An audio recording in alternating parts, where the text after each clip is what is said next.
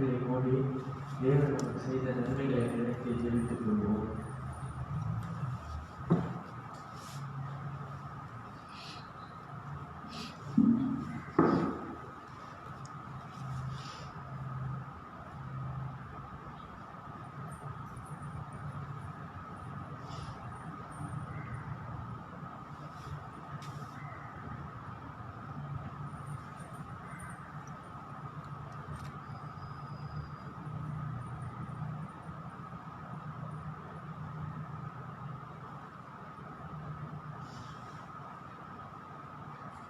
சங்கீதம் 1.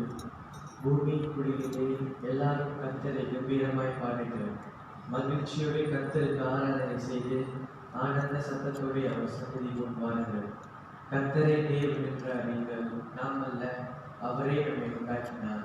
நாம் அவர் ஜனங்களும் அவர் மேய்ச்சலின் ஆடுகளுமாய் இருக்கிறோம். நாம் யாவரும் என்பது முதல் பாடலாக என்றும் ஆனந்தம் என் இயேசு தருகிறார் அந்த பாடலை பாடுவோம். Thank you.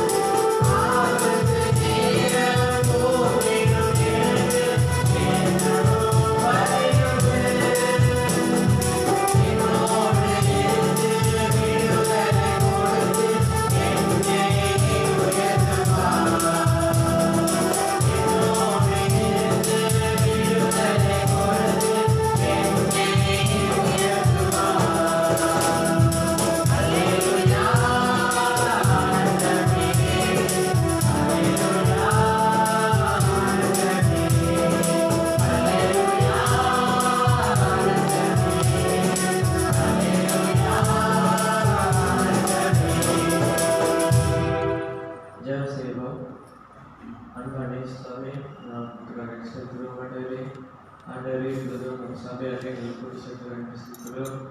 அண்டரை கொடுத்தோம் மூளை செய்கின்ற எல்லாருக்கும் ஜீவிக்கிறோம். பாட்டு நானும் வசனத்தை எடுத்துகிற போதகரையும் ஜீவிக்கிறோம். அண்டரை பிள்ளைகளும் வேதாசனத்திலும் காணிக்கைகளும் கிருபையாக ஜீவிக்கிறோம். ஊழியத்தை நல்லபடி செய்ய மக்கள் செய்கின்றோம். அண்டரை ஆராதனை ஒரு ஆசீர்வாதமான ஆராதனை செய்கின்றோம். இந்த லைஃப் வழியாக பார்க்கிற எல்லாரும் உண்மை ஆராதனைக்கு ஒன்று செய்கிறோம். இந்த ஆராதனை உபாசனிக்கிறோம். வழிநடத்தும்படி எல்லாம் தேசம் கேட்கிறோம். நிகழ்கிறார். அமருங்கள். அடுத்த பாடலாக உண்மை அல்லாமல் எனக்கு யாரும் பாடலை பாடுவோம்.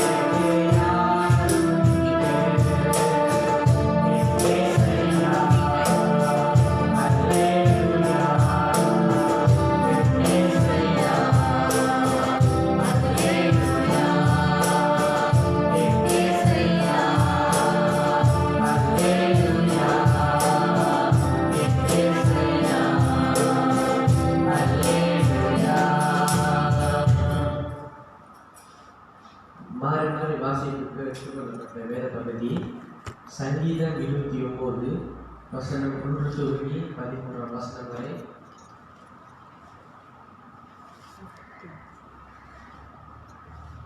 சங்கீதம் 39 வசனம் 1 தொடங்கி 13 வசனம் வரை நாம் யாவரும் எழுந்து மாறி மாறி வாசிக்கிறோம்.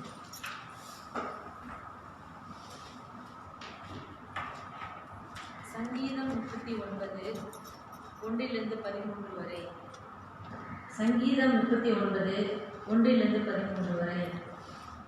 என் நாவினால் பாவம் செய்யாதபடிக்கு நான் என் வழிகளை காத்து துன்மார்க்கன் எனக்கு முன்பாக இருக்கும் மட்டும் என் வாயை கடிவாளத்தினால் அடக்கி வைப்பேன் என்றேன். நான் மௌனமாகி ஊமையாயிருந்தேன், ஆனாலும் என் இருதயம் எனக்குள்ளே அனல் கொண்டது, நான் தியானிக்கையில் அக்கினி மூண்டது. அப்பொழுது என் நாவினால் விண்ணப்பம் செய்தேன், கர்த்தாவே, நான் எவ்வளவாய் நிலையற்றவன் என்று.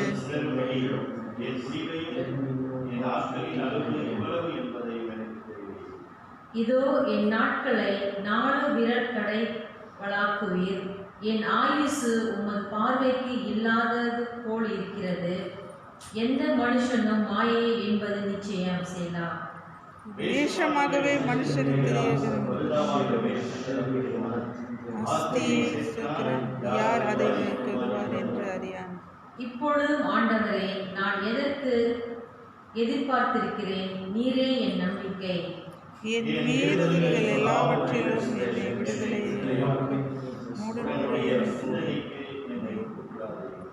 நீரே இதை செய்தீர் என்று நான் என் வாயை திறவாமல் மௌனமாயிருந்தேன்.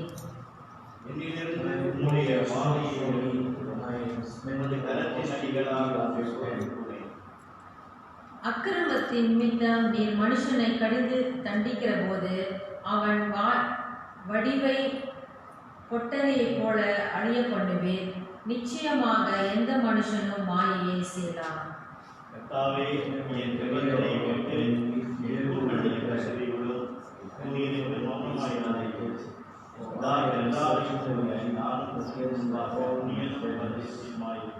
பதிமூன்றாம் வசனம் சேர்ந்து வாசிப்போம். நான்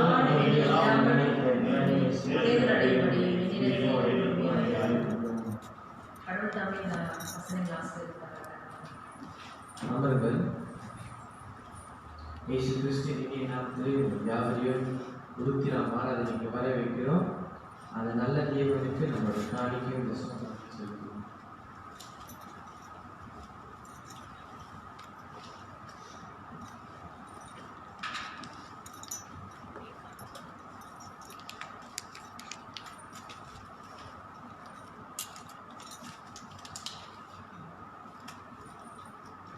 பூலோக வரை பண்ணுவோம்.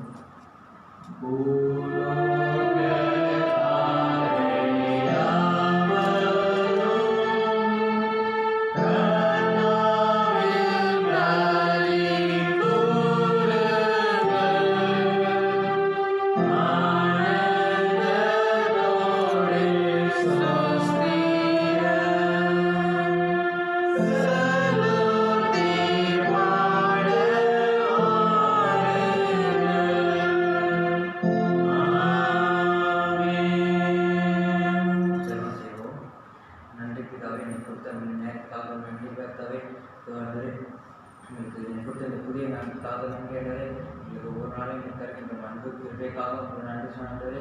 இதை தொடர்ந்தப்பா இந்த நாட்கள் நாங்கள் ஒருத்தர் இந்த இடத்துல கொடுத்ததுக்காக நன்றி சொன்னாண்டவரே. இந்த ஆன்லைன் மூலமா எங்களுக்கு கூட ஜாயின் பண்ணிக்கிற எல்லா ஆத்மாக்காக நன்றி சொன்னப்பா. ஜாயின் பண்ணிக்கிற எல்லாத்துக்கும் ஆசிரியர்கள் தக்கனே தொடர்ந்து காணிக்கப்பட்ட கருத்தையும் ஆசிரியர்கள் அவங்க கேட்க சார் விலையும் ஆசிரியருங்க ஒரு நல்ல சுகத்தை கருத்தை கொடுத்து வழிநடத்தினாலே தொடர்ந்தப்பா அந்த சபையோட தேவையெல்லாம் செஞ்சினாலே அந்த கட்டண காரியெல்லாம் செஞ்சினாலே அதே போல் அந்த காணிகள் படுத்தாச்சுப்பா ஒரு சித்தத்தை போல எடுத்து காணிப்பட்டதுக்கு எங்கள் வழிநடத்தினாலே இயேசுவின் நாட்டில் ஜெயிக்கிறேன் சொல்லுங்க நல்ல பிதாவே. மோதல்களுக்கு போறதுக்கு முன்பதாக ஜெபசிந்தியோடைய குயவனை குயவனை படைப்பின் காரணம் இந்த பாட்டை பாருங்கள்.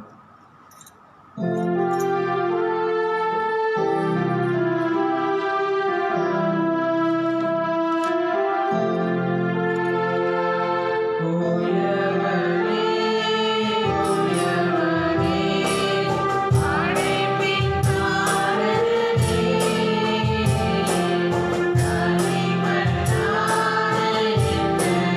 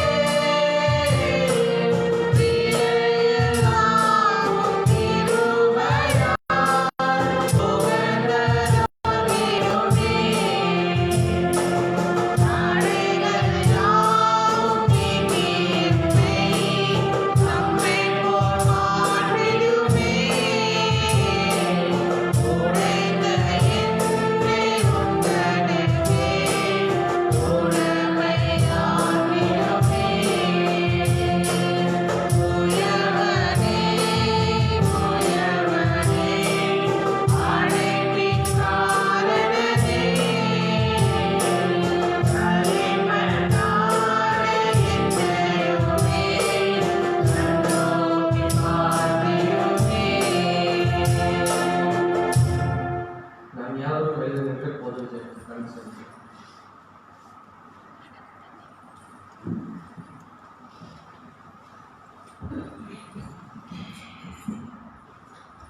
நாம் யாவரும் கண்களை மூடி ஜெபம் செய்வோம்.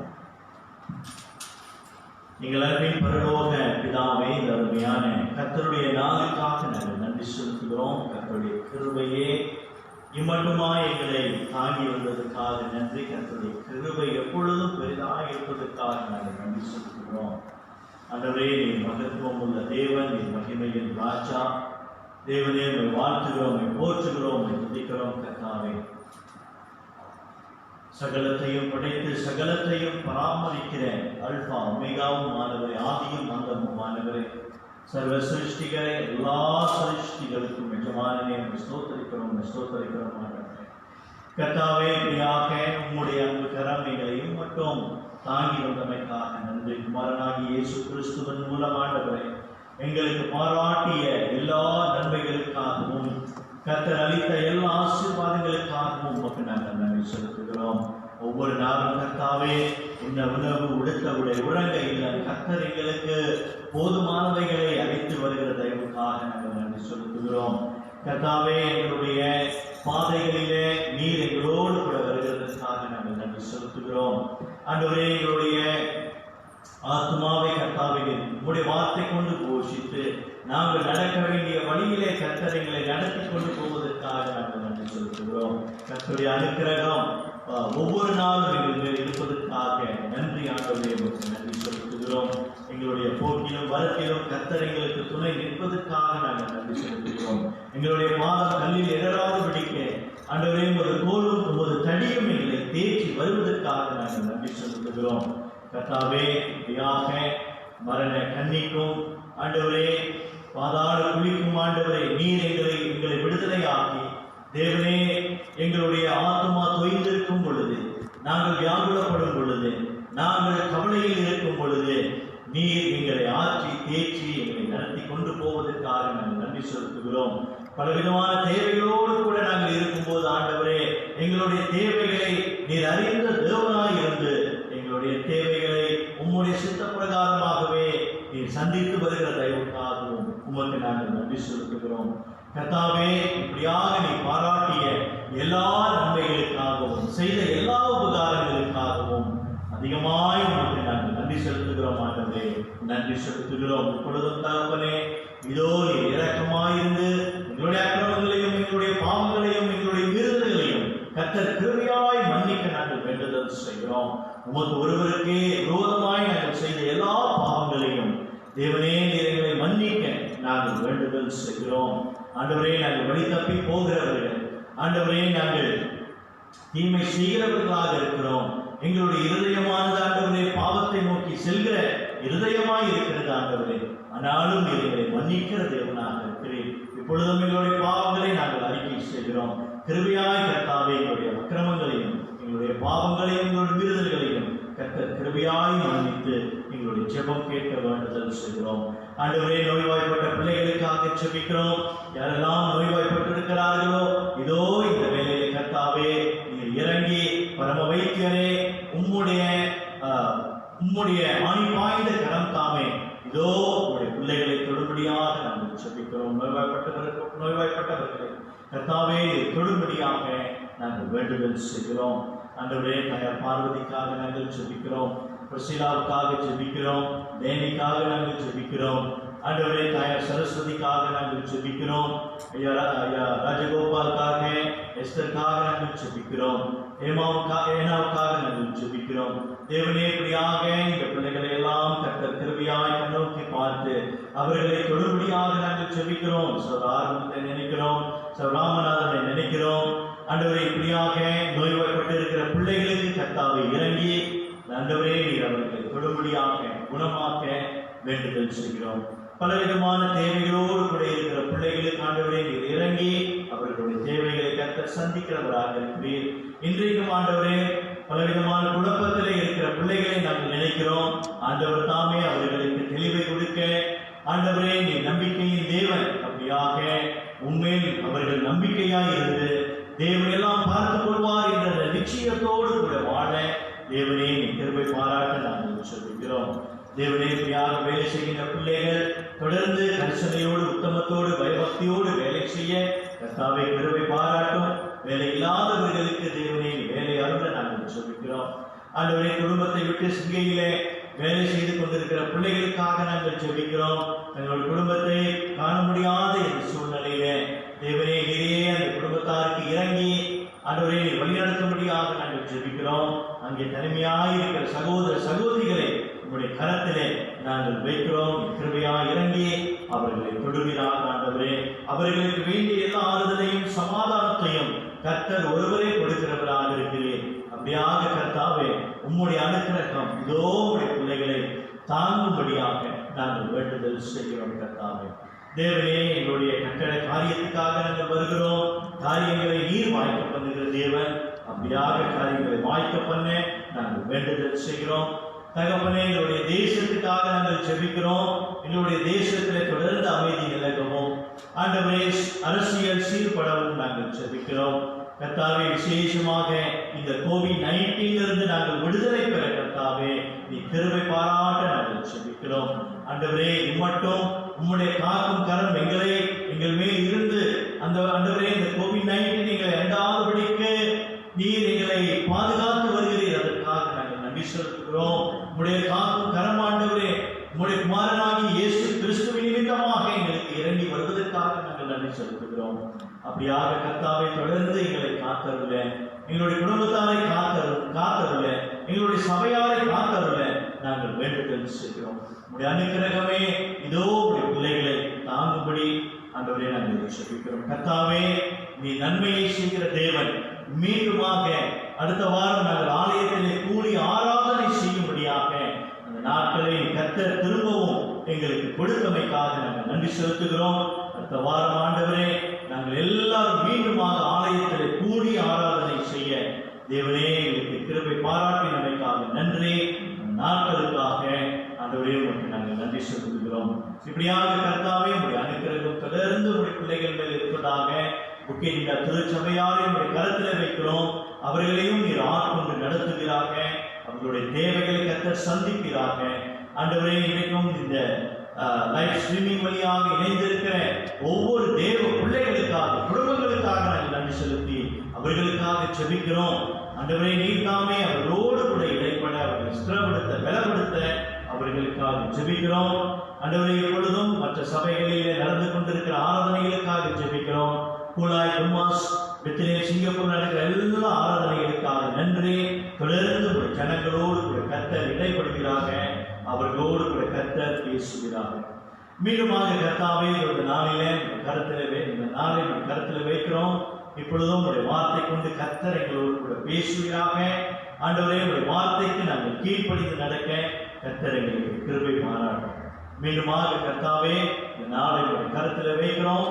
நீரே எங்களுக்கு ஆறுதலையும் சமாதானத்தையும் தந்து உடைய வார்த்தையை தாழ்மையோடு நாங்கள் ஏற்றுக்கொண்டு அதன்படி நடக்க கிருபை பாராட்டும். வார்த்தையை பேசுகிற அடியை மேலும் கர்த்தருடைய கரம் இருப்பதாக அடியை மறைத்து கர்த்தாவே நீர் பேசுகிறார்கள். ஆண்டவரே, இப்பொழுதும் விசேஷமாக கர்த்தாவே போதகர் சுரேஷ்குமாருடைய தம்பி கணேஷ்காக நாங்கள் ஜெபிக்கிறோம். ஆண்டவரே, இந்த மகன் மேல கர்த்தருடைய கரம் இருப்பதாக. ஆண்டவரே, நீரே மகனை தொடுகிற தேவனாக இருக்கிறேன். ஆண்டவரே, நீரே உயிரை தருகிற தேவனாக இருக்கிறேன். அப்படியாக கர்த்தாவே மகனுக்கு இறங்கி ஆண்டவரே இந்த குடும்பத்தாருக்கு வேண்டிய எல்லா ஆறுதலையும் சமாதானத்தையும் கர்த்தர் ஒருவரே தருகிறவராக இருக்கிறேன். ஆண்டவரே, நீரே அந்த குடும்பத்தை ஆறுதல்படுத்த, சமாதானப்படுத்த, மகன் குணமடைய ஆண்டவரே நாங்கள் ஜெபிக்கிறோம். உங்களுடைய சித்தம் நிறைவேற வேண்டுதல் செய்யும். கர்த்தாவே, உங்களுடைய கருத்தில் எங்களை ஒப்புக் கொடுக்கிறோம். ஆட்கொண்டு நடத்துவீராக. இயேசு இந்த நாமத்தில் ஜெபத்தில் இருக்கிறோம். ஜீவனுள்ள நல்ல பிதாவே, ஆமென். அமர்ங்கள். யோவான் 21ஆம் அதிகாரம் வசனம் 15 19 வரை.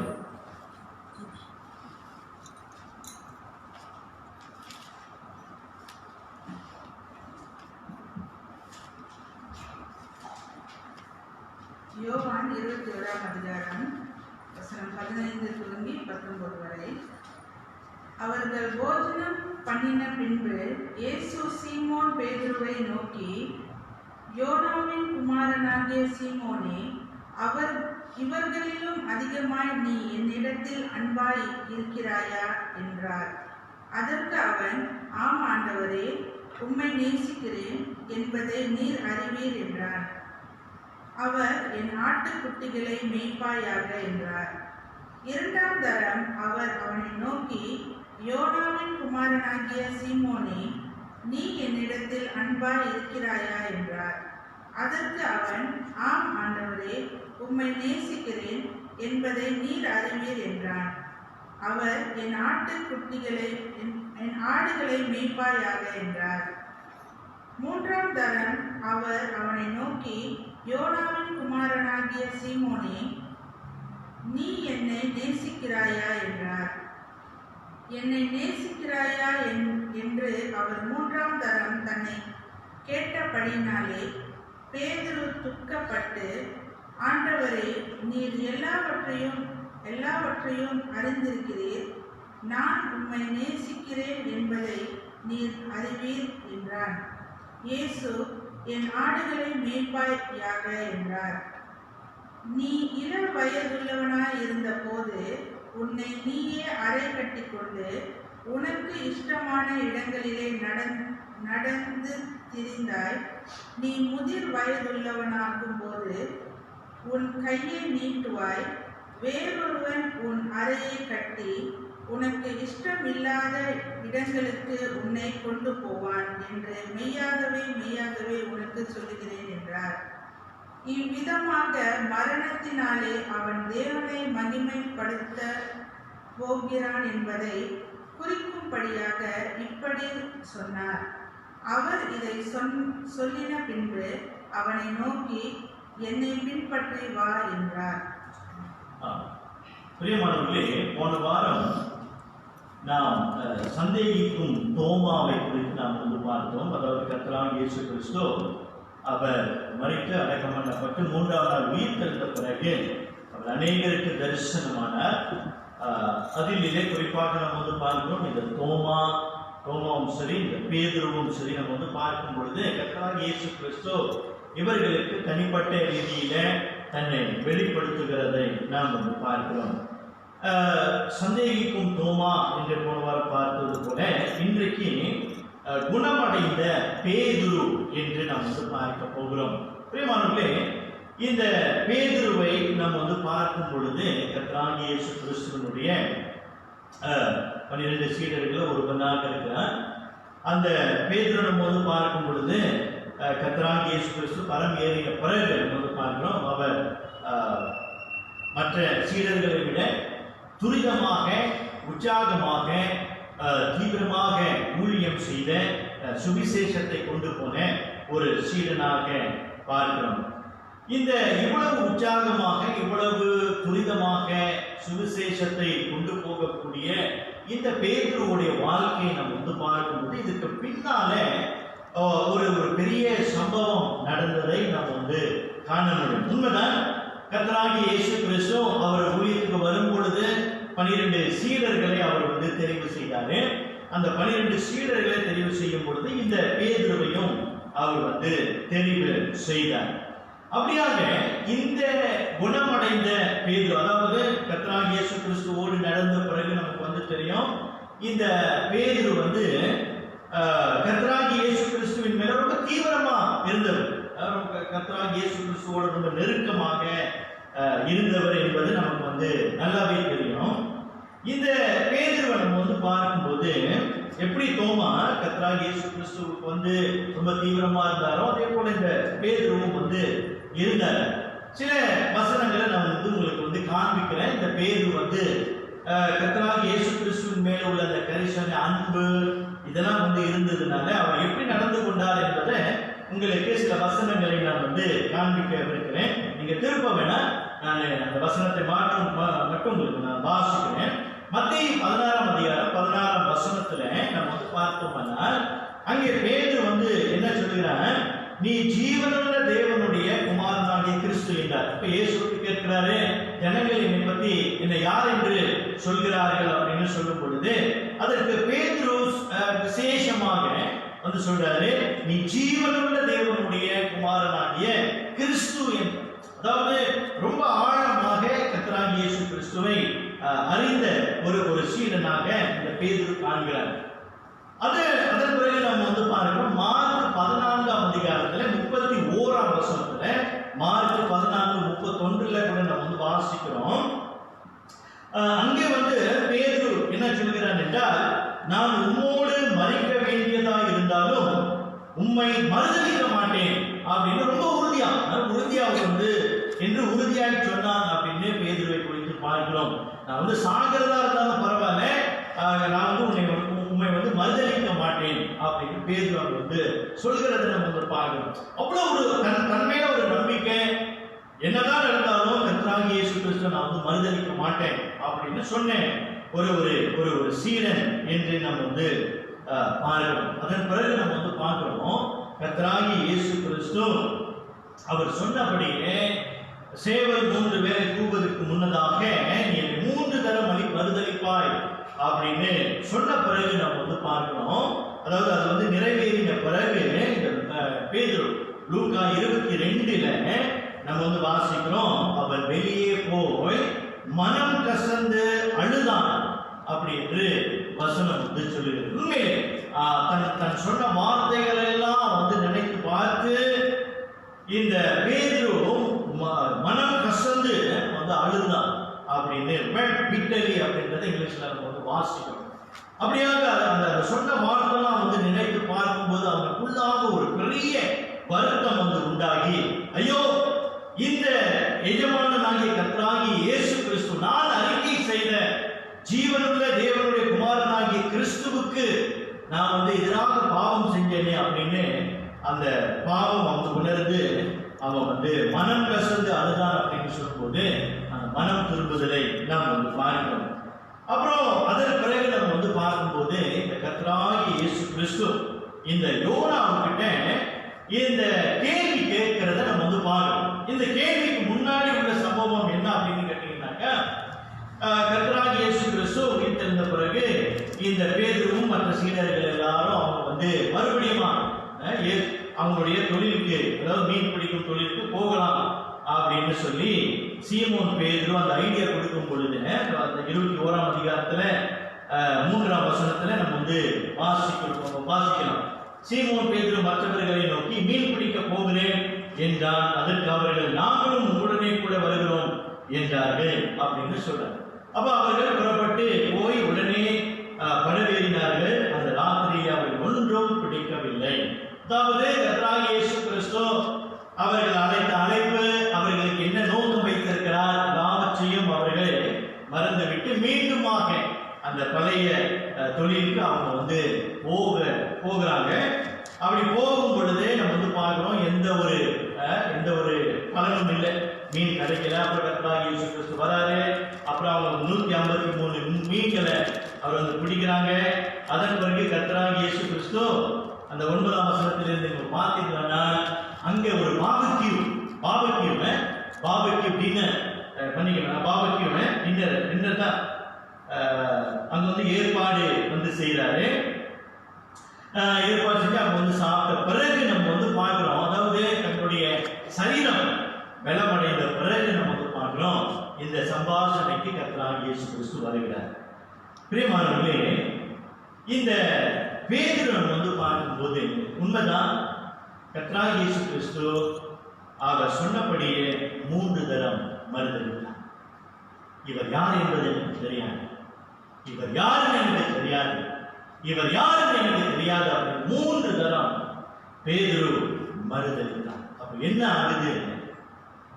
அவன் மனம் கசந்து போகும்போது அவனுக்கும் கிறிஸ்துவுக்குள்ள இருந்த அந்த உறவு உடைந்து போனது. ஃபெலோஷிப் broken, ஐக்கியம் உடைந்து போனது. ஆனாலும் கர்த்தராகிய இயேசு கிறிஸ்து உயிர்த்தெழுந்த பிறகு நம்ம வந்து பார்க்கிறோம், மீண்டுமாக பேதுருவுக்கும் கிறிஸ்து இயேசுவுக்கும் உள்ள அந்த ஐக்கியத்தை மீண்டுமாக குணப்படும்படிக்கு இந்த பேதுருவை கர்த்தராகிய இயேசு கிறிஸ்து தேடி வருகிறதை நம்ம வந்து பார்க்கிறோம். அப்போ தேடி வந்து மீண்டுமாக இந்த உறவு சீர்படும்படி சொல்லும்படியாக கர்த்தராகிய இயேசு கிறிஸ்து இந்த பேதுருவை பார்த்து கேள்வியை கேட்கிறார். பிரியமானவர்களே, இன்றைக்கும் நம்முடைய வாழ்க்கையை நம்ம பார்க்கும்போது இந்த நம்முடைய வாழ்க்கையில நாமும் குணப்பட வேண்டியவர்களாக இருக்கிறோம். ஏன் எப்படி சொல்லுகிறேன் என்றால், இன்றைக்கு நம்முடைய கிறிஸ்தவ ஜீவியத்தை நாம் பார்ப்போமானால், இன்றைக்கு இந்த COVID-19 ஒரு காரணமாக இருக்கலாம். இன்றைக்கு நம்மில் அநேகர் கர்த்தருக்காக செய்ய வேண்டிய ஊழியம், செய்து கொண்டிருக்கிற ஊழியங்கள், கர்த்தர் மேல் உள்ள அந்த வைராக்கியம், கர்த்தர் மேல் உள்ள அந்த அன்பு இன்றைக்கு கொஞ்சம் கொஞ்சமாக குறைந்து கொண்டு போகிறதை நாம் பார்க்கிறோம். இன்னைக்கு உண்மைதான், சபைகள் இன்றைக்கு துரிதமாக செயல்பட முடியாத ஒரு சூழ்நிலை இருந்தாலும், இன்றைக்கு விசுவாசிகளுடைய அந்த வைராக்கியம், அந்த அன்பு, அந்த கரிசனை எப்படியாக இருக்கிறது என்பதை இன்றைக்கு நாம் பார்க்க முடியும். அப்ப இன்றைக்கு இந்த பேதுருடைய வாழ்க்கையிலிருந்து நம்ம பார்க்கிறோம். இந்த பேதுருடைய வாழ்க்கையில குறிப்பா 2 காரியங்கள். ஒன்று குணமடைந்த பேதுரு குணமாக்கினவருக்கு சேவை செய்கிறார். அதுதான் நம்ம முதல் இது பார்க்கிறோம். The restored person serves the restorer. அதுதான் நம்ம பார்க்கிறோம். குணமடைந்தவன் குணமாக்கினவரை சேவிப்பான். அதுதான் இங்க பார்க்க போறோம். இரண்டாவது, குணமடைந்தவன் குணமாக்கினவருக்காக பாடுபடுவான். The restored person suffers for the restorer. பிரியமானவர்களே, இது பேதுருடைய வாழ்க்கையை நம்ம சுருக்கமாக நம்ம பார்க்கிறோம். மூன்றாவதாக நம்ம பார்க்கிறோம், குணமடைந்தவன் சேவிப்பான். கர்த்தராகிய இயேசு கிறிஸ்து இந்த பேதுருவிட்ட இந்த கேள்வி ஒரே கேள்வி 3 தரம் கேட்கிறார்ல. எப்படி நீ எப்படி பேதுரு 3 தரம் கர்த்தராகிய இயேசு கிறிஸ்துவை மறுதலித்தானோ, அதே போல இங்க கர்த்தராகிய இயேசு கிறிஸ்து ஒரே கேள்வியை 3 தரம் கேட்கிறார். என்ன கேட்கிறார்? நீ என்னிடத்தில் அன்பாய் இருக்கிறாயா அப்படின்னு. Do you love me? ரொம்ப ரொம்ப ஆழமான அர்த்தம் கொண்ட வார்த்தை. Do you love me? பிரியமானவர்களே, இந்த வார்த்தை, இதே கேள்வி 3 தரம் கர்த்தராகிய இயேசு கிறிஸ்து, Do you love me? Do you love me? Do you love me? அப்போ அதற்கு பேதுரு என்ன பதில் கொடுக்கிறான்னா, அதற்கு அவன், ஆண்டவரே, உம்மை நேசிக்கிறேன் என்பதை நீர் அறிவீர். You know that I love you. அப்புறம் இரண்டாவது கேள்வி கேட்கும்போது, Do you love me அப்படின்னு கேட்கும்போது அதே பதில் சொல்றாரு, ஆமா ஆண்டவரே, உம்மை நேசிக்கிறேன் என்பதை நீர் அறிவீர். Same question, same answer. மூன்றாவதாக நம்ம பார்க்கிறோம், நீ என்னை நேசிக்கிறாயா என்றார்.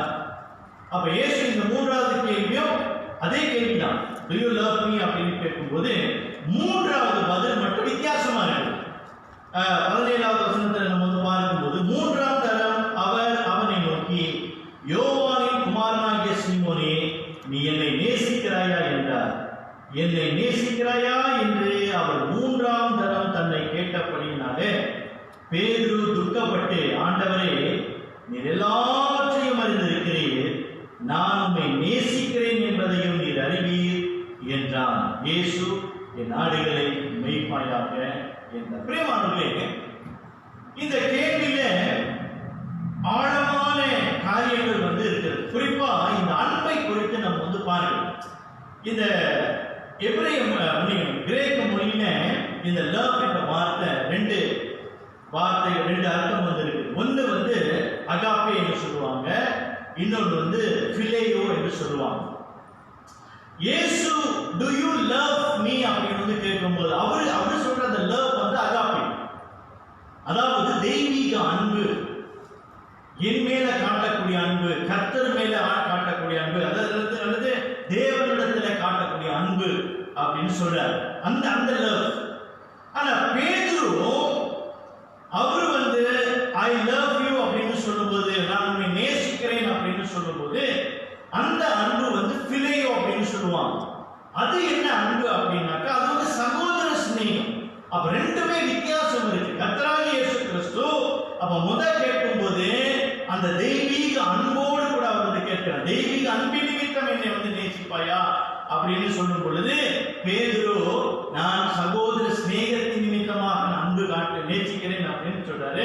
அதே போல இரண்டாவது மூன்றாவதாக நம்ம வந்து பார்க்கும் பொழுது அப்பொழுதுதான் அவர் வந்து அந்த வசனம் வந்து சொல்லுகிறது, துக்கப்பட்டு ஆண்டவரே நீ எல்லாவற்றையும் மறந்து. இப்பதான் அவர் வந்து அந்த அந்த சென்ஸ்க்கு வந்து வருகிறத நம்ம வந்து பார்க்கணும். பிரியமானவர்களே, அப்ப இந்த அன்புல நம்ம வந்து பார்க்கும்போது என்னன்னா மீண்டுமாக கர்த்தராகிய இயேசு கிறிஸ்துவோடு கூட பேதுரு ஐக்கியமாகும்படிக்கு குணமடைந்து தேவனோடு கூட ஐக்கியமாகும்படிக்கு தேவன் வந்து கர்த்தராகிய இயேசு கிறிஸ்து விரும்புகிறார்.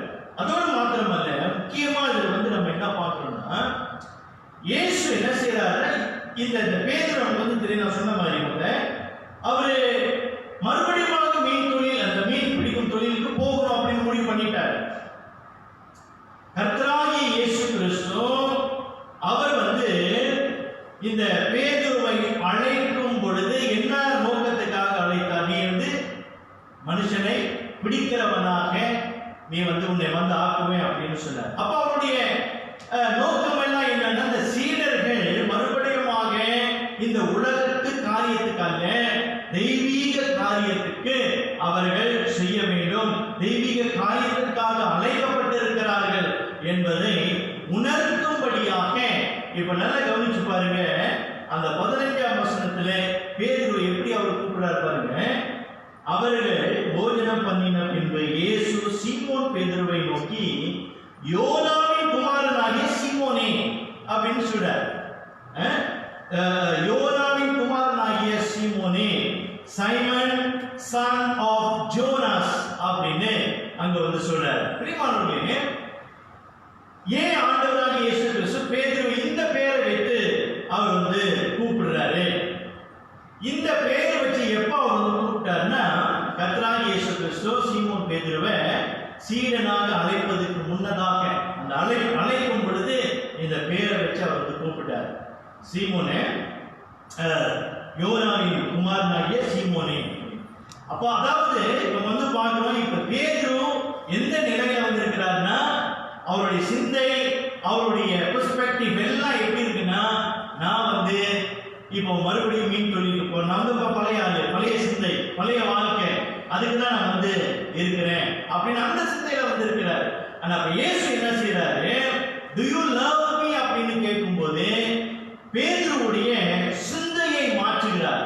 பேதுருவுடைய அழைப்பு என்ன அப்படின்ற அந்த சிந்தையை கர்த்தராகிய இயேசு கிறிஸ்து மாற்றுகிறதை நம்ம வந்து பார்க்கணும். உண்மைதான், நீ ஒரு சமயத்துல மீன் பிடிக்கிறவனாக இருந்த, ஆனா நான் வந்து உன்னை வந்து அழைத்தேன் எதற்காக? மனுஷரை பிடிக்கும்படியாக நான் வந்து உன்னை அழைத்தேன்.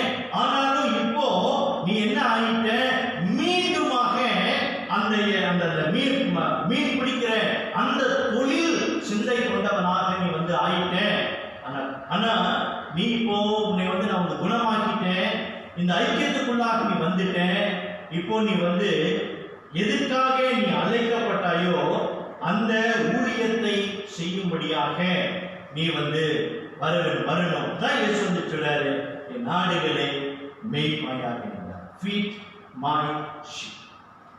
அப்ப பேதுருவுடைய அழைப்பு என்னன்னா, என் நாடுகளை மேய்ப்பாயாக. நீ மேய்ப்பிடிக்கிறவன், நீ என் நாடுகளை மேய்ப்பாயாக என்று கர்த்தராகிய இயேசு கிறிஸ்து சொல்கிறதை நம்ம வந்து பார்க்கிறோம். பிரியமானவர்களே, அழைக்கப்பட்ட தேவ பிள்ளைகளுடைய ஊழியம் என்ன? வாசிப்போம். யோவான் 6ஆம் அதிகாரத்துல, யோவான் 6ஆம் அதிகாரம் வசனம் 27 வாசிங்க.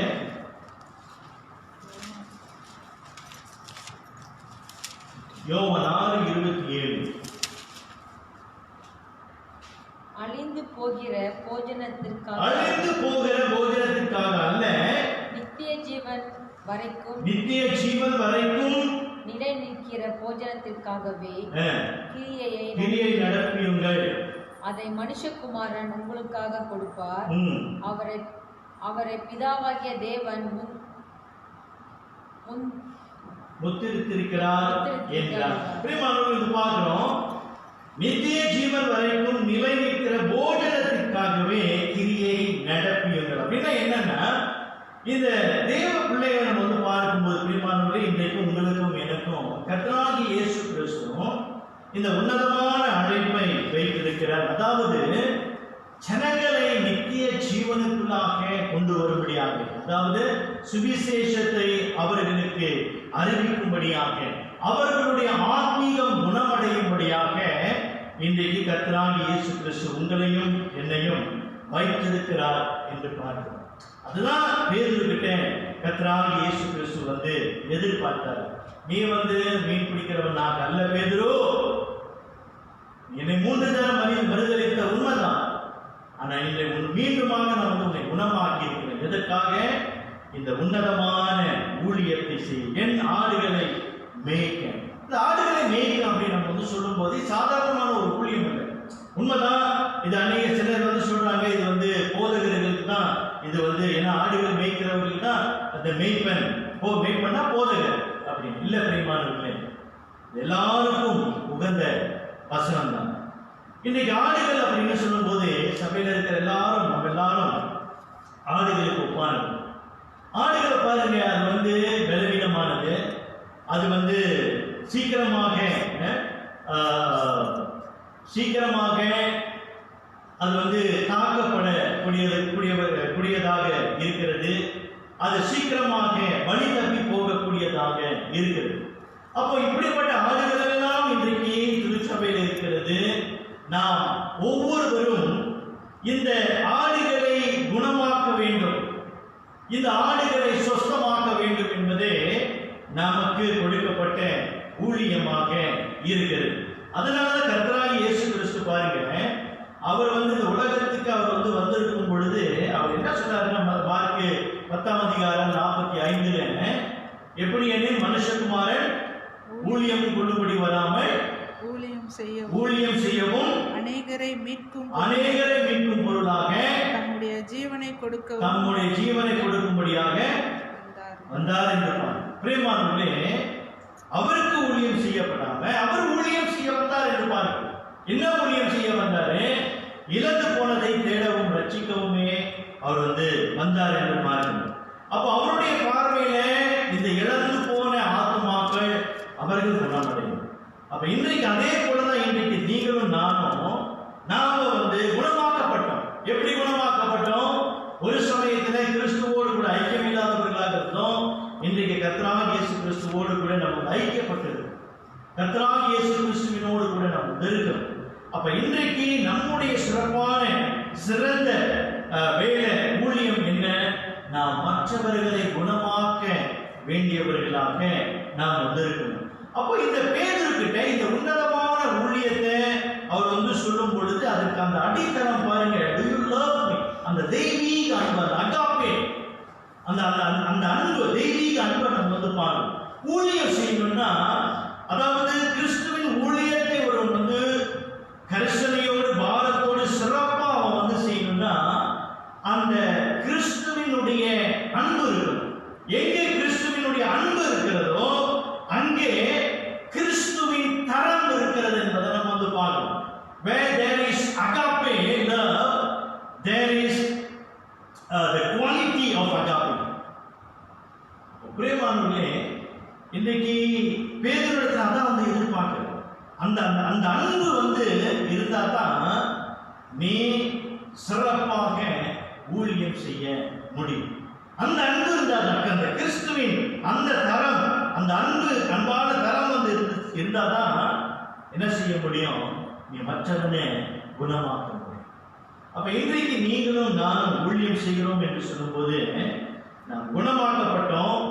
இன்றைக்கு நீங்களும் நானும் பிரியமானவர்களை மறந்துடக்கூடாது. எஸ்பெஷலி இந்த காலகட்டத்தில் நிறைய நம்ம சுற்றி இருக்கிறவங்க நொந்து போய் வேதனைப்பட்டு காயப்பட்டு வருத்தத்தோடு தனிமையில இருக்கின்றவர்களை நம்ம வந்து பார்க்கணும். அப்போ இன்றைக்கு இந்த அகாப்பே, அந்த தெய்வீக அன்பு நாம கொண்டவர்களாக இருந்தோமானால் இன்றைக்கு நாம் அவர்களை குணமாக்க வேண்டியவர்களாக நாம் வந்து காணப்படும். அதுதான் இன்றைக்கு தேவன் நம்மிடத்திலிருந்து எதிர்பார்க்கிறார். ஏனென்றால் இன்றைக்கு இந்த நாடுகள் நம்ம சொல்லும்போது பலவிதமாக வந்து இருக்குது. அந்த ஆடுகளில் வந்து குணமடைய நாம் என்ன செய்கிறோம், நம்முடைய பங்கு என்னவாக இருக்கிறது. இன்றைக்கு நம்மளையும் நம்முடைய குடும்பத்தை மாத்திரம் நம்ம வந்து சரிப்படுத்தி கொண்டு இருக்கிறோமா? அது முக்கியம், உண்மைதான். அதே சமயத்தில் தேவ பிள்ளைகள் எத்தனையோ பேர் இன்றைக்கு பலவிதமான தேவைகள், தனிமையில வருத்தத்தோடு காயப்பட்டவர்களாக அவங்க வந்து இருக்கிறாங்க. அவங்களுக்கு நம்ம வந்து என்ன செய்கிறவர்களாக இருக்கிறோம். பிரியமானவர்களே, யோவான் 13ஆம் அதிகாரத்தில் யோவான் பாருங்க, 13ஆம் அதிகாரம், யோவான் 13 வாசிங்க 13ஆம் வசனத்திலிருந்து. நீங்கள் என்னை போதகர் என்றும் ஆண்டவர் என்றும் சொல்லுகிறீர்கள். நீங்கள் சொல்லுகிறது சரியே. நான் அவர்தான். ஆண்டவரும் போதகருமாகிய நானே உங்கள் கால்களை கழுவினதுண்டானால் நீங்களும் ஒருவருடைய கால்களை ஒருவர் கழுவ கடுவீர்கள். நான் உங்களுக்கு இது செய்கிறது போல நீங்களும் செய்யும்படி உங்களுக்கு மாதிரியை காண்பித்தேன். இங்க கவனிக்கிறோம் என்னன்னா, 15ஆம் வசனத்துல நான் உங்களுக்கு செய்தது போல நீங்களும் செய்யும்படி உங்களுக்கு மாதிரியை காண்பித்தேன் அப்படின்னு சொல்ற. அதாவது கர்த்தராகிய இயேசு கிறிஸ்து அவர் ஊழியம் கொள்ளும்படி வராமல் ஊழியம் செய்ய வந்தார். அப்ப அந்த ஊழியத்தை பாருங்க, அவர் எப்படி செய்தார் அப்படின்னு பார்க்கும்போது அந்த தாழ்மையான இருதயத்தோடு சீடர்களுடைய அவர் கால்களை அவர் வந்து கழுவினார் என்று பார்க்கிறோம். அதை வந்து செய்த பிற்பாடு அவர் வந்து சொல்றார், நான் உங்களுக்கு செய்தது போல. This is the quality.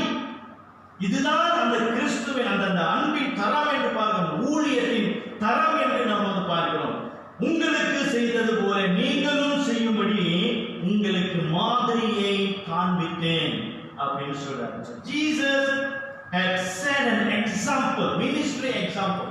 கர்த்தராகிய இயேசு கிறிஸ்து ஊழியத்தின் மாதிரியை நமக்கு வந்து காண்பித்திருக்கிறார் என்று பார்க்கிறோம். அப்போ பிரியமானவர்களே, இன்றைக்கு இந்த காலகட்டத்தில், சரிங்களா, இன்றைக்கு காலகட்டத்தில் கொஞ்ச நேரம் நம்ம வந்து யோசித்து பார்ப்போம். நம்முடைய இந்த கிறிஸ்துவின் அன்பை எந்த அளவுக்கு நம்ம வந்து வெளிப்படுத்தியிருக்கிறோம். நீங்க வெளிப்படுத்தல அப்படின்னு நான் வந்து சொல்லல, ஆனா இன்னும் அதிகமாக நீங்க எவ்வளவு செஞ்சிருக்கலாம். எத்தனையோ போன் கால் உங்களுக்கு வந்திருக்கலாம், எங்களுக்கு உதவி செய்யுங்க அப்படின்னு.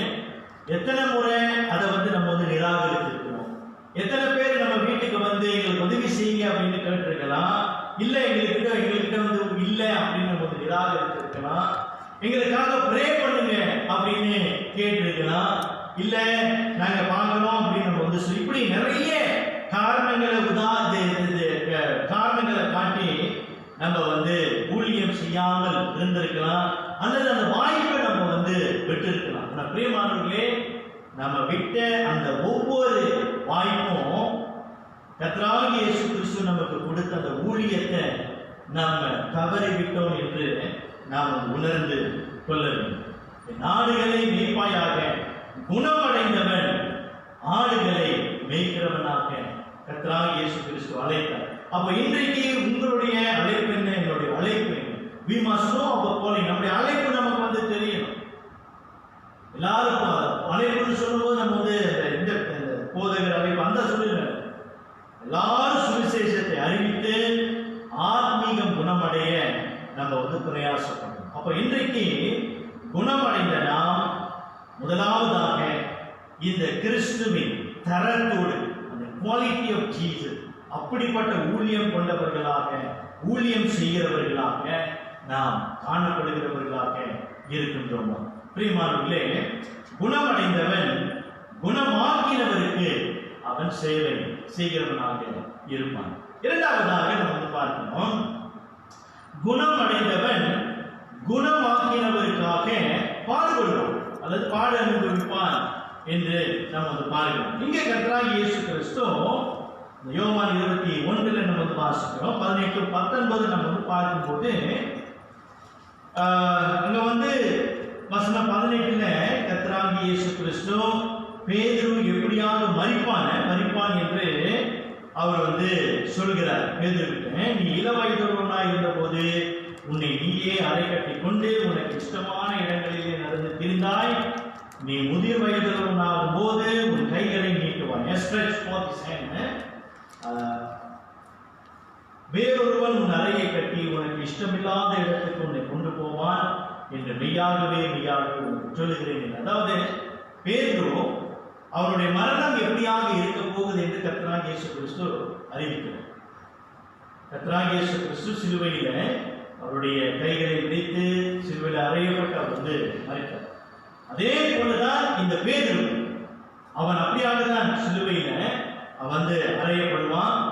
ஆனா பேதுரு சொன்னாரு, உண்மைதான், அதே மாதிரி தான் பேதுருக்கு ஏற்பட்டது. ஆனா பேதுரு சொன்னாரு, என்னை தலைக்கிலாத அறையுங்க, கிறிஸ்துவினுடைய அந்த அந்த அந்த மரணத்துக்கு நான் ஒப்பானவன் அல்ல அப்படின்னு சொல்லி பேதுருவை சிலுவையில தலைக்கிலால அவனை கொன்றாங்க என்பதை நம்ம பார்க்கணும். பிரியமானவர்களே, இங்க கர்த்தராகிய இயேசு கிறிஸ்து பேதுருவினுடைய மரணத்தை அவர் தெரிவிக்கிறார். அதான் 19ஆம் வசனம் சொல்கிறது, இன்ன விதமான மரணத்தினாலே அவன் தேவனை மகிமைப்படுத்த போகிறான் என்பதை குறிக்கும்படியாக இப்படி சொன்னார். அவர் இதை சொல்லிய பின்பு அவனை நோக்கி என்னை பின்பற்றுவார்கள். பிரியமானவர்களே, கொஞ்சம் கவனிச்சு பாருங்க. கர்த்தராகிய இயேசு கிறிஸ்து என் ஆடுகளை மேய்ப்பாயாக என்று சொன்னார். அடுத்தது, நீ எப்படி மரணத்தை அனுபவிக்க போகிற அப்படின்னு பேதுருகிட்ட சொல்லும் பொழுது இந்த வார்த்தையானது எந்த அளவுக்கு பேதுருவை பாதித்திருக்கும் அப்படின்னு நம்ம கொஞ்சம் சிந்திச்சு பாருங்க. இன்றைக்கு நீ கிறிஸ்துவுக்காக நீ ஊழியம் செய்யும் போது உனக்கு இப்படிதான் மரணம் வரும் அப்படின்னு நமக்கு அறிவிக்கப்பட்டால் நம்முடைய ஊழியம் எப்படி இருக்கும்? நம்முடைய அந்த அழைப்பு நம்ம எப்படியாக பார்ப்போம். ஆனால் பேதுரு நம்ம பார்க்கும்போது உனக்கு இப்படிதான் மரணம் சம்பவிக்கும் என்று, அது ஒரு கொடூரமான மரணம். கர்த்தராகிய இயேசு கிறிஸ்து அந்த மரணத்தை பார்க்கும்போது அந்த சிலுவையின் மரணம் கொடூரமானது.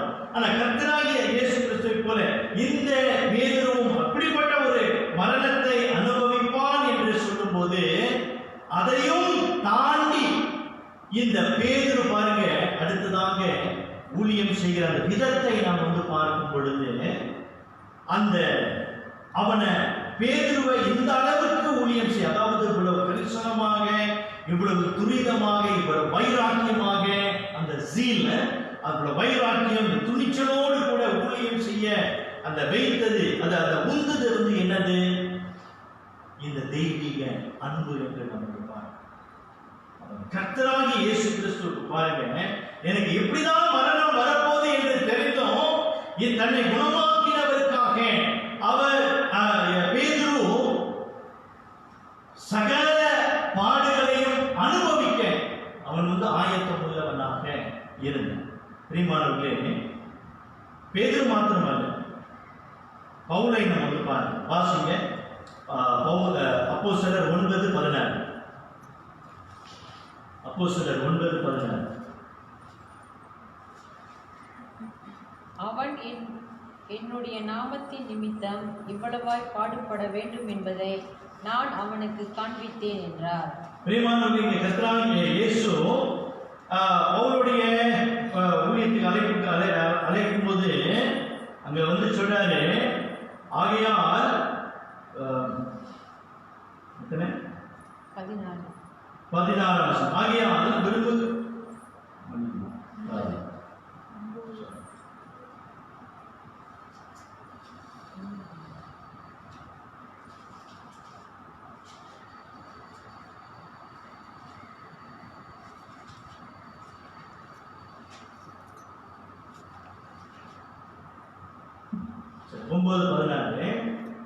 அவன் என்னுடைய நாமத்தின் நிமித்தம் எவ்வளவாய் பாடுபட வேண்டும் என்பதை நான் அவனுக்கு காண்பிப்பேன் என்றார். நல்லா கவனிச்சு பாருங்க, இந்த பவுலை கூட கர்த்தராகிய இயேசு கிறிஸ்து அழைக்கும் போது அவன் என்னுடைய நாமத்தின் நிமித்தம் சொல்கிறான். இல்ல, என்னுடைய நாமத்தின் நிமித்தம், அவனுடைய நாமத்தை அவனுக்காக, திருச்சபைக்காக அப்படின்னு சொல்லுது. என்னுடைய நாமத்தின் நிமித்தம் எவ்வளவாய் பாடுபட்டு காண்பிப்பேன் என்று சொல்லுவோம். அப்ப இங்கேயே பார்க்கிறோம், பவுலை கர்த்தராகிய இயேசு கிறிஸ்து குணமடைய வைத்த பிறகு அவன் கிறிஸ்துவுக்காக எவ்வளவு பாடுபட வேண்டும் என்று அந்த அழைப்பை நம்ம வந்து பார்க்க மெய்யாகவே பவுலை நம்ம வந்து பார்க்கும்போது மெய்யாகவே கர்த்தராகிய இயேசு கிறிஸ்துவுக்கு சகல பாடுகளையும் அவர் வந்து அனுபவித்தார். அப்போ பிரியமானவர்களே, இன்றைக்கு கர்த்தராகிய இயேசு கிறிஸ்துவை நீங்களும் நானும் குணமடையப்பட்டோம், குணமாக்கினாரு. இன்றைக்கு கர்த்தராகிய இயேசு கிறிஸ்து நாமும் அவருக்காக, நமக்கு நல்லா கவனிக்கணும், நமக்காக அல்ல, கிறிஸ்துவுக்காக பாடுபடுகிறவர்களாக இருக்க வேண்டும் என்பதை தேவன் எதிர்பார்க்கிறார். We have to suffer not for ourselves but for Christ's sake. கிறிஸ்துவுக்காக பாடுபடுகிறவனாக இன்றைக்கு நாம் வந்து காணப்பட வேண்டும். அப்போ கர்த்தராகிய இயேசு கிறிஸ்துவினுடைய அந்த பாடுகளை நம்ம வந்து பார்க்கும்போது அவர் இன்றைக்கு சீடர்களுக்கு மாத்திரமல்ல, நமக்கும் இன்னைக்கு வந்து என்ன சொல்றாரு, மார்க் 8:34 வாசிங்க. பின்பு அவர் ஜனங்களையும் தம்முடைய சீஷர்களையும் தம்மிடத்தில் அழைத்து, ஒருவன் என் பின்னே வர விரும்பினான், அவன் தன்னைத்தான் வெறுத்து அப்படின்னு நம்ம பார்க்கணும்ல, தன்னைத்தான் வெறுத்து, deny himself, அவனுடைய விருப்பங்கள், அவனுடைய ஆசைகள், அவனுடைய ட்ரீம்ஸ் இதெல்லாம் வந்து அவன் என்ன செய்யணுமா, அவன் வந்து வெறுத்து, அப்புறம் தன் சிலுவையை எடுத்துக்கொண்டு அப்படின்னு வந்து பாருங்க, என்னை பின்பற்ற கடவன். Deny himself, take up his cross and follow Jesus. பிரியமானவர்களே, இதுதான் என்னுடைய ஆயுதம். இன்றைக்கு குணமடைந்த பேதுரு கர்த்தராகிய இயேசு கிறிஸ்து do you love me அப்படின்னு சொல்லும்போது என்ன எதிர்பார்க்கிறார்? நீ எனக்காக சேவை செய்ய நான் வந்து அழைத்திருக்கிறேன். இரண்டாவது, அந்த சேவை நிமித்தமாக, ஊழியத்தின் நிமித்தமாக நீ எவ்வளவாய் பாடுபடுவது. you are going to suffer, you have to suffer. அப்ப இன்றைக்கு இந்த சஃபரிங் என்றால் நம்ம எப்படி புரிந்து கொள்ளணும்? பிரியமானவர்களே, இன்னைக்கு எப்படி நம்ம வந்து புரிந்து கொள்ளணும்னா, இந்த காலகட்டத்தை நம்ம வந்து பார்ப்போம். இன்றைக்கு காலகட்டத்தை நம்ம வந்து பார்க்கும்போது, நான் ஏற்கனவே ஒரு முறை நான் வந்து சொல்லியிருக்கிறேன், இன்றைக்கு நமக்காகவும் நம்முடைய குடும்பத்துக்காகவே பாடுபடுகிறவர்களாக நம்ம வந்து மாறிட்டோம். இல்ல, பாடுபடுகிறவர்களாக நம்ம வந்து மாறி கொஞ்சமா, because there so many needs, நிறைய தேவைகள் நமக்கு வந்து இருக்கிறதுனால நமக்காகவும் நம்முடைய குடும்பத்துக்காகவே நம்ம வந்து பாடுபட நம்ம வந்து அப்படிப்பட்ட ஒரு சூழ்நிலைக்கு நம்ம வந்து ஆளாகி இருக்கோம். ஆனா கேள்வி என்னன்னா, நம்முடைய அழைப்பை நம்ம வந்து பார்க்கும்போது நமக்காகவும் நம்முடைய குடும்பத்துக்காகவும் பாடுபட நம்ம வந்து அழைக்கப்படல, கிறிஸ்துவின் நிமித்தம் பாடுபட நாம வந்து அழைக்கப்பட்டிருக்கோம். அப்படின்னா என்ன? இன்னைக்கு கிறிஸ்துவுக்காக நான் எதையும் இழக்க தயார் உள்ளவனாக நான் வந்து இருக்கணும். கிறிஸ்துவுக்காக எதையும் இழக்க தயார் உள்ளவனாக நான் வந்து இருக்கணும். இப்ப குறிப்பா நம்ம வந்து இன்றைக்கு பார்க்கணும், இன்னைக்கு ஆராதனைகள் நம்ம வந்து அங்கே இங்கே அட்ஜஸ்ட்மெண்ட் செய்ய வேண்டியதெல்லாம் வந்து இருக்குது. இன்றைக்கு ஞாயிற்றுக்கிழமையிலிருந்து சனிக்கிழமை ஆராதனை, முக்கியமாக பார்க்கணும், ஞாயிற்றுக்கிழமையிலிருந்து வெள்ளிக்கிழமை, இப்படி நேர வித்தியாசங்கள் எல்லாம் நம்ம வந்து மாற்றப்பட்டு இருக்கிறது. ஊழியங்களை செய்வதற்கு இன்னார் அப்படின்னு நியமிக்கப்படுகிறது. இதெல்லாம் பலவிதமான இதெல்லாம் நம்ம வந்து இருக்கும்போது மெய்யாகவே நம்ம வந்து இந்த ஊழியத்தை மனதார நம்ம வந்து செய்யணுமா, இல்ல அதை வந்து நம்ம வந்து சும்மா அப்படியே கடமைக்கு நம்ம வந்து செஞ்சுட்டு போறோமா?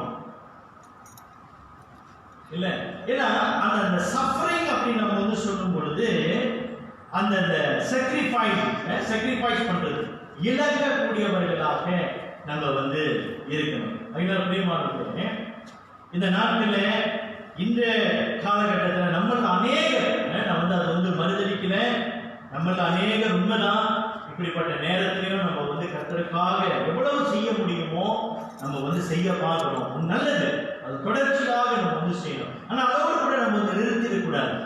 நம்ம வந்து என்ன பார்க்கிறோம், நம்ம செய்யக்கூடிய அந்த ஊழியத்தை அதுல கேட்க வேண்டிய ஒரு கேள்வி என்னன்னா, is there the quality, the Jesus quality, இயேசுவினுடைய தரம் என்னுடைய ஊழியத்தில் இருக்குதா? உங்கள வேதம் வாசிக்கிறீங்க, காணிக்கை எடுக்கிறீங்க, காணிக்கை எடுக்கிறீங்க, வேதம் வாசிக்கிறீங்க, ப்ரே பண்றீங்க, சரிங்களா? கேள்வி என்ன நம்ம வந்து கேட்கணும்னா, அந்த தெய்வீக அன்பு, அகாப்பே அது நம்ம உண்மையிலே அது நமக்குள்ளாக இருந்துச்சுனாக்கா, நம்ம செய்கிற அந்த ஊழியத்தை வந்து கிறிஸ்துவின் தரம் அது வந்து காணப்படும் என்பதை நம்ம வந்து பாருங்க. அப்ப அந்த ஊழியத்தை நம்ம வந்து செய்வதற்காக எதெல்லாம் நம்ம வந்து இலக்கணமோ அதை நம்ம வந்து ஆயத்தமா இருக்கோம் இல்ல. நம்ம நேரம் எடுப்போம், ஆயத்தமாக நம்ம வந்து நேரம் எடுப்போம். நம்முடைய நேரம் அங்கே வந்து வீணா போகுது. அதை அந்த நேரத்தை கர்த்தருக்காக நம்ம வந்து கொடுப்போம். இப்ப பாருங்க, வேதத்தை வாசிக்கணும் அப்படின்னாக்கா ஒரு எழுத்து பிழை இல்லாம நம்ம வந்து வாசிக்கணும்னா எவ்வளவு நேரம் நம்ம வந்து ஆயத்தம் பண்ணணும்னு நினைக்கிறீங்க? இது உதாரணமா சொல்றேன். எவ்வளவு நேரம்? சரிங்களா? ஒரு நாளைக்கு ஒவ்வொரு நாளும் நம்ம வேதத்தை எடுத்து, சரிங்களா, கண்ணாடி முன்னுக்கு நின்று அதை சத்தம் போட்டு நம்ம வந்து வாசிக்கணும் ஒவ்வொரு நாளும். சரியா? ஒரு 10 நிமிஷமாகும். 10 நிமிஷமாவது நம்ம வந்து வாசிச்சு 6 நாளைக்கு நீங்க வாசிச்சு பாருங்க. 7வது நாள் கர்த்தருடைய ஆலயத்தில் வந்து நிற்கும் போது கான்ஃபிடென்டா, தைரியமா, ஒரு எழுத்து பிழை இல்லாம நம்மளால வாசிக்க முடியும். அப்ப என்ன ஆகுது? நம்மளுடைய நேரம் ஒவ்வொரு நாளைக்கு 10 நிமிஷம் அங்க போகும். So are we ready to sacrifice that time? சரியா? பிரியமானவர்களே, கிறிஸ்துவுக்காக பாடுபட நம்ம வந்து ஆயத்தமாக இருக்கணும். குறிப்பா இந்த காலகட்டத்தில் கர்த்தர் நமக்கு கொடுத்த ஊழியத்தை இன்றைக்கு நம்ம வந்து அதை தொடர்ச்சியாக செய்யணும். அதை விடக்கூடாது. கர்த்தர் நமக்கு கொடுத்த ஊழியத்தை நம்ம தொடர்ச்சியாக செய்யணும். வேற யாராவது செய்வாங்க அப்படின்னு நம்ம வந்து விடாம கடவுள் நமக்கு கொடுத்த ஊழியத்தை செய்ய இன்றைக்கு நாம் என்ன இழக்க தயாராக இருக்கணும். அதனால் பிரியமானவர்களே, இந்த காலை வேளையில நம்ம 2 காரியங்களை பேருடைய வாழ்க்கையிலிருந்து நம்ம வந்து பார்க்கிறோம். ஒன்றாவது, குணமடைந்தவன் குணமாக்கினவருக்காக சேவை செய்ய அல்லது சேவிக்க ஆயத்தம் உள்ளவனாக இருப்பான். 2வதாக, குணமடைந்தவன் பாடுகளை, கிறிஸ்து அதை குணமாக்கினவருக்காக பாடுகளை அனுபவிக்க அவன் ஆயத்தம் உள்ளவனாக இருப்பான். பிரியமானவர்களே, நீங்கள் குணமடைந்தது இன்றைக்கும் கர்த்தர் உங்களை குணமாக்க விரும்புகிறது. நீ உன்னுடைய அழைப்பு என்ன? அந்த அழைப்பை நீ உணர்ந்து அந்த மீண்டுமாக கர்த்தர் அழைத்த அந்த அழைப்புக்கு, அந்த சிந்தைக்கு நீ வரும்படியாக தேவன் இன்றைக்கு உங்களோடு கூட இடைப்படுவாராக. கர்த்தர் உங்களோடு கூட பேசுவாராக. கர்த்தர் உங்களுக்கு கொடுத்த ஊழியத்தை, கர்த்தர் கொடுத்த ஆத்துமாவை நாம் ஆதாயப்படுத்தி அவர்களுடைய ஆத்துமாவை குணமாக்க நம்ம வந்து பாடுபட வேண்டும் என்று இன்றைக்கும் தேவன் நமக்கு எல்லாருக்கும் ஒரு விசேஷித்த அழைப்பை கொடுத்திருக்கிறார். இதே பேதுருக்கிட்ட தான் இயேசு இப்படி ஒரு வார்த்தை சொல்றாரு. கடைசியா வாசி முடிப்போம். லூக்கா 22:32 வாசிக்கிறீங்க. லூக்கா 22:32. லூக்கா 22:32.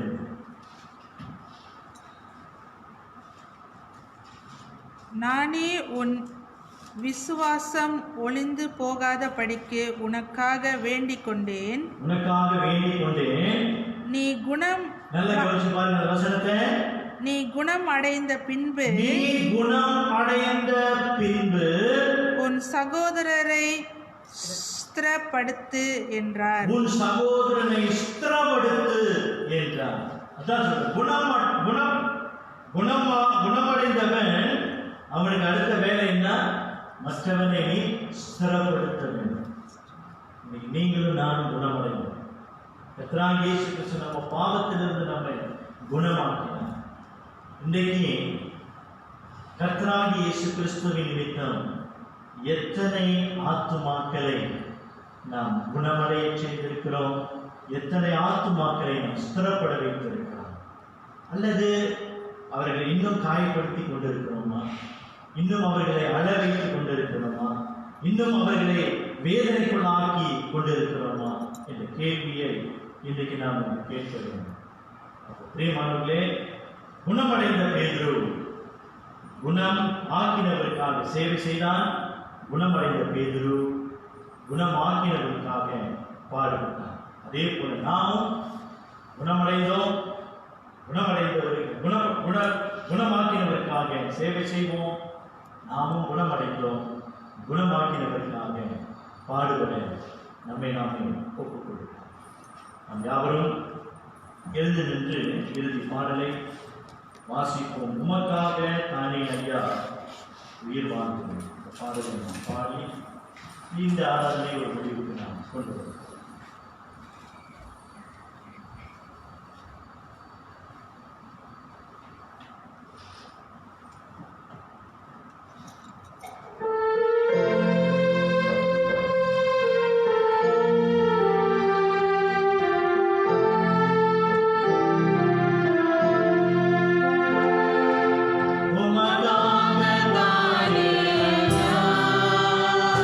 நான் உயிர் வாழ்கிறேன்.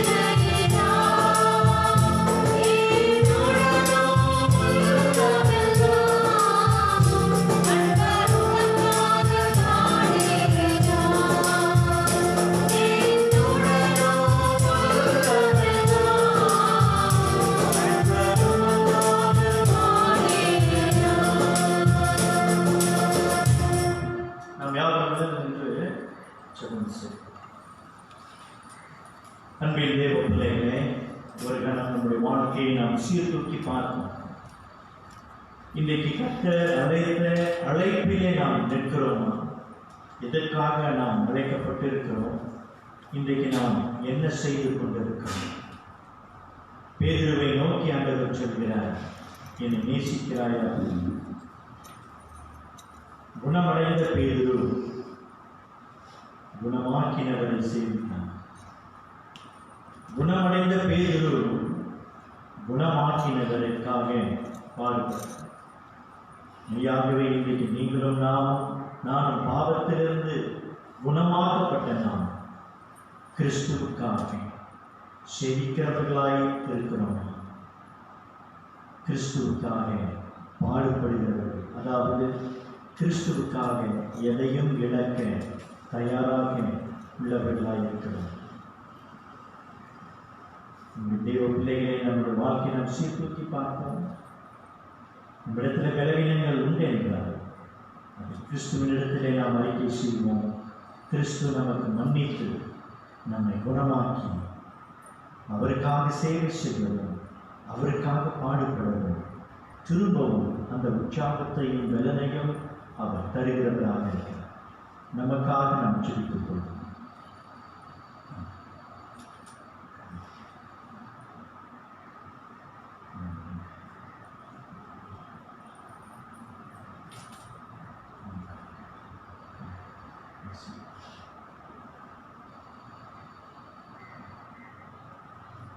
எங்கள் அன்பின் பரலோக பிதாவே, உம்முடைய கிருபையும் உம்முடைய சமாதானமும் உம்முடைய வழிநடத்துதலும் உம்முடைய பிள்ளைகளோடு கூட இருந்ததாக. ஆண்டவரே, அவர்களுக்கு நீர் அழைத்த அழைப்பு என்னவென்றை இந்த காலை வேளையிலே அவர்களுக்கு உணர்த்தி கிறிஸ்து இயேசுவை சேவிக்கவும், கிறிஸ்து இயேசுக்காக பாடுபடவும், எதையும் இழக்க தயாரானவர்களாக அவர்களை தொடர்ந்து நடத்தும்படியாக நன்றி சொல்லுகிறோம். ஒருவேளை கர்த்தாவே அவர்கள் வழி தப்பி போயிருப்பார்களானால் மீண்டுமாக உம்முடைய ஐக்கியத்திற்குள்ளாக அவர்களை கொண்டு வந்து தேவனே அவர்களை சீர்படுத்த வேண்டும். உங்களுடைய அன்பு கரமுடைய பிள்ளைகளை தாங்கட்டும். அவர்களுடைய அறிவை கர்த்தர் உணர்த்தி அவர்களோடு கூட கர்த்தர் பேசுகிறார். கர்த்தருடைய சமாதானம் உம்முடைய பிள்ளைகளோடு கூட இருக்கட்டும். வருகிற வாரத்திலே கர்த்தருடைய அனுக்கிரகம் அவர்களை தாங்கும். அரவரட்சகனான இயேசு கிறிஸ்துவின் நாமத்திலே ஜெபத்தை எடுக்கிறோம். ஜீவனுள்ள நல்ல பிதாவே, ஆமென். கர்த்தராகிய இயேசு கிறிஸ்துவின் கிருபையும் தேவனுடைய அன்பும் பரிசுத்த ஆவியானவருடைய அன்பும் ஐக்கியமும் உங்கள் அனைவரோடு கூட இன்றும் இனி என்றும் இருப்பதாக. ஆமென். அமர்வு. அறிவிக்க வேண்டிய காரியங்கள் 3 காரியங்கள்.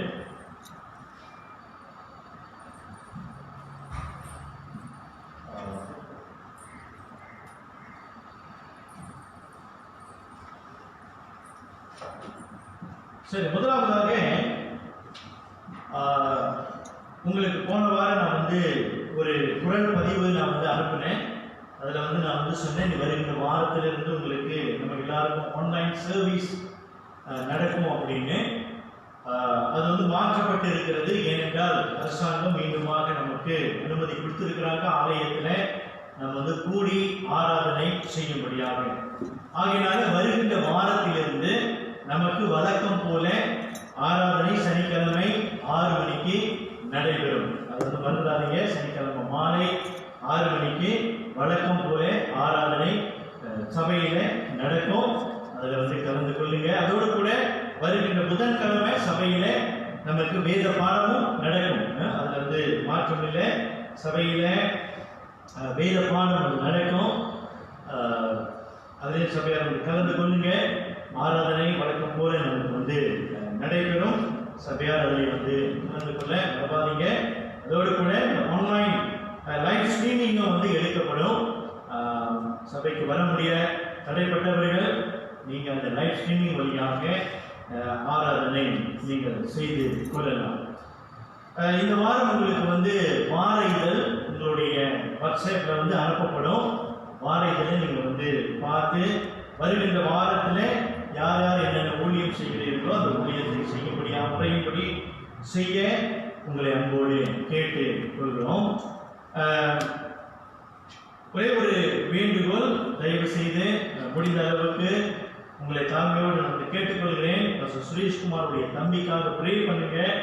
அவருடைய நிலைமை மிகவும் மோசமாகி கொண்டு இருக்கிறது. அதிகமாக நம்ம ஜெபிக்கும்படியாக கேட்டுக்கொண்டால் தேவனுடைய சித்தம் எதுவோ அதுவே அவருடைய வாழ்க்கையில நிறைவேற நம்ம ப்ரே பண்ணுவோம். சுரேஷ்குமார் வசந்திக்காக ப்ரே பண்ணுவோம். அவங்களுக்கும் தேவன் தொடர்ந்து ஆறுதலையும் சமாதானத்தையும் பலத்தையும் கற்றுக் கொடுக்க வேண்டும் என்று நாம் ஜெபம் செய்வோம். போன வாரம் நான் வசூலித்த அந்த பணம், அவருக்கு கொடுக்க வேண்டிய தொகை 499 வெள்ளி, 499 ringgit. அது வருகின்ற வாரத்தில் அது நம்ம அனுப்பி வைக்க முயற்சி பண்ணுறேன். நீங்கள் தொடர்ந்து ப்ரே பண்ணுங்க. கொடுத்த ஒவ்வொரு அன்பின் கரங்களுக்கும் நான் ஆண்டவருக்கு அதிகமாக நன்றி செலுத்துகிறேன். ஆராதனை முடிந்தது. வருகின்ற புதன்கிழமை சந்திப்போம். தேவன் உங்களை ஆசீர்வதிப்பார்கள்.